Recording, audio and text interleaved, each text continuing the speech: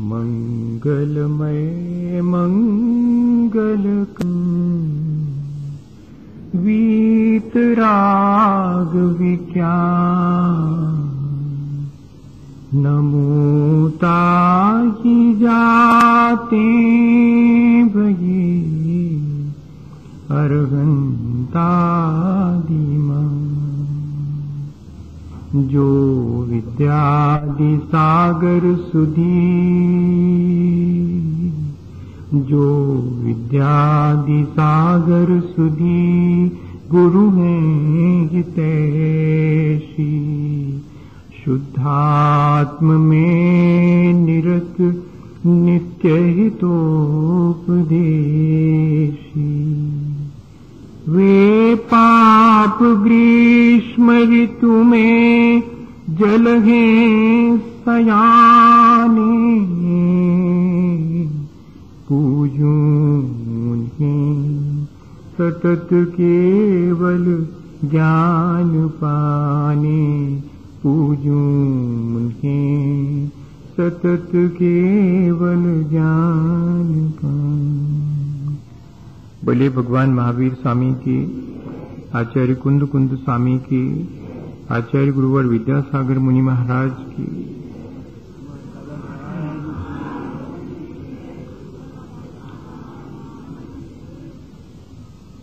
हम सभी लोगों ने पिछले दिनों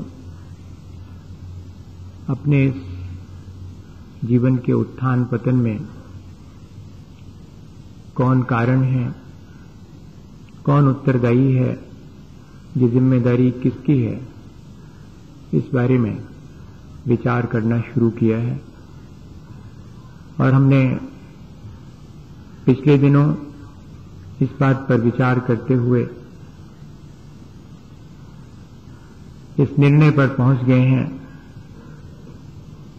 कि इसकी जिम्मेदारी हमारी अपनी है। हमारा जीवन अगर सुख में व्यतीत हो रहा है तो उसकी जिम्मेदारी हमारी है। हमारा जीवन यदि दुखमय और अभावग्रस्त है तो उसकी जिम्मेदारी भी हमारी है। हमारे अपने कर्म जो हम करते हैं,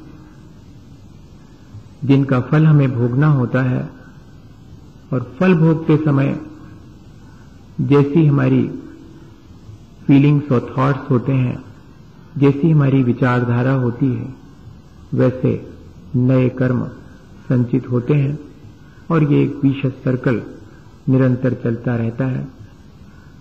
और तब अभी तक हमारे मन में ये विचार आता था कि इससे तो मुक्त हो ही नहीं सकते, क्योंकि पुराने कर्म अपना फल देंगे। उनके फल भोगते समय मेरी अपनी जैसी विचारधारा होगी, उससे नए कर्म बंधेंगे, वे फिर अपना फल देंगे, और इस तरह तो हम कुछ भी नहीं कर सकते हैं और हमारा कोई वश नहीं है। पर हमने पिछले दिनों इस बात पे भी विचार करके देखा है कि भगवान और भाग्य के भरोसे बैठे रहने से काम नहीं चलता, भगवान और भाग्य के भरोसे कर्म करने से काम चलता है। इस निर्णय पर हम पिछले दिनों पहुंचे हैं। जो भगवान और भाग्य के भरोसे बैठ करके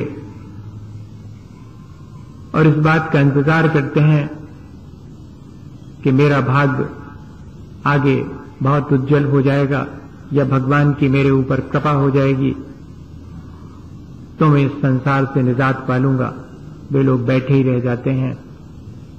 जो भगवान और अपने भाग्य के भरोसे अपने जीवन में कुछ श्रेष्ठ करने का विचार करते हैं, वे अपने उस बुरे कर्मों को समाप्त भी करते हैं और आगे के लिए भविष्य को उज्जवल भी करते हैं।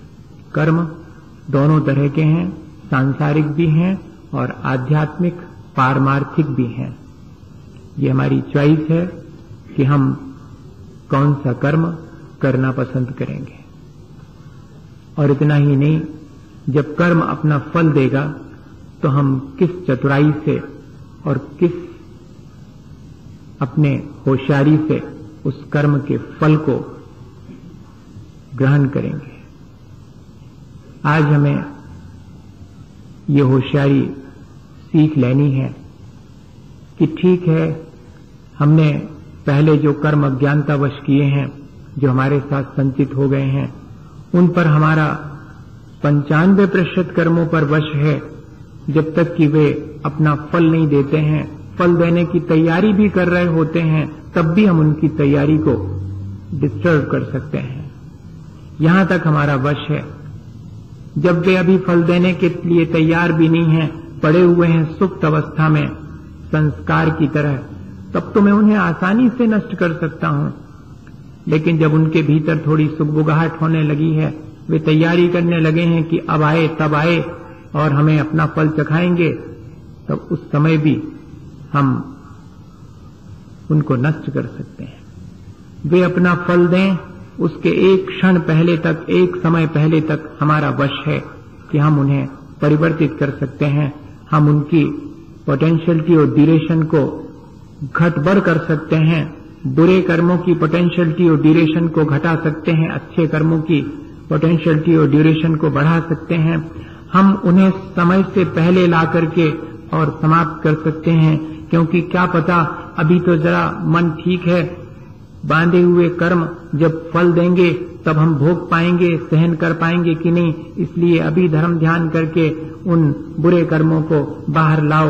और देखने में आता है कि जो जितना ज्यादा धर्म ध्यान करता है, उसके जीवन में उतनी ही विपत्तियां एक के बाद एक आती दिखाई पड़ती हैं। वो क्या चीज है? वो मेरे अपने धर्म ध्यान की वजह से बाद में आने वाले कर्म जो खोटे उदय में थे, वे अभी आकर के अपना फल थोड़ा बहुत दे करके और डिस्ट्रॉय हो रहे हैं। ये प्रक्रिया भी छोटी मोटी प्रक्रिया नहीं है। इस प्रक्रिया का लाभ लेकर के मैं अपने संचित कर्मों के कोटे में से बहुत कुछ नष्ट कर सकता हूं। ऐसा पुरुषार्थ मेरे भीतर जागृत करने के लिए, और कल अपन ने विचार किया था, मोह पर मेरा वश बहुत कम है, लेकिन मेरे पुरुषार्थ को भला और बुरा करना है, ये मेरे वश में है।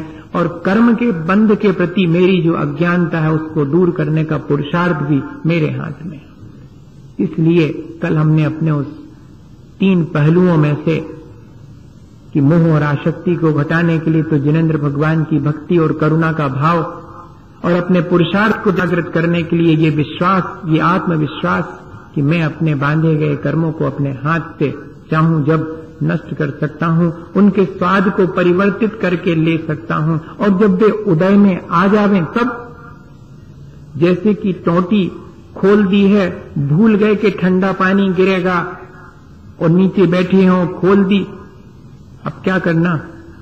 बंद कर दो। लेकिन बंद तो कर दो, पर वो जो जितना पानी टोटी में से बाहर निकल गया, वो तो ऊपर गिरेगा। उसको रोकने का कोई उपाय नहीं है, लेकिन उससे बचने का उपाय अवश्य। जितना कर्म अपना फल देने के लिए आ जाता है, उतना फल तो मुझे भोगना ही पड़ेगा। सो तो तीर्थंकरों को भी अपने कर्म के खोटे फल को भोगना पड़ा।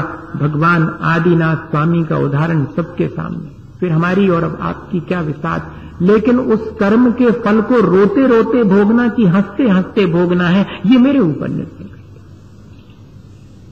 अब वो जो ठंडा पानी मैंने भूल से नल खोलने से मेरे ऊपर गिर गया है, उसको मुझे अब कैसे सहन करना है, क्योंकि उसे रोका नहीं जा सकता। वो तो उतना निकल गया, बंदूक में से गोली निकल गई, उसको रोकी नहीं जा सकती है, लेकिन बंदूक को हिला करके उसका डायरेक्शन चेंज किया गया, वो जो निकल गई है उसका।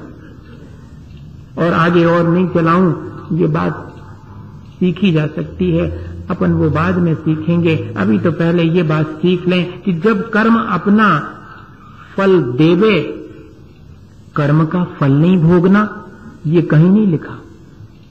लेकिन कर्म का फल भोगते समय उसमें रचना पचना नहीं, पुण्य पाप फल माही हरख बिल खो मत भाई, ये जरूर लिखा हुआ है।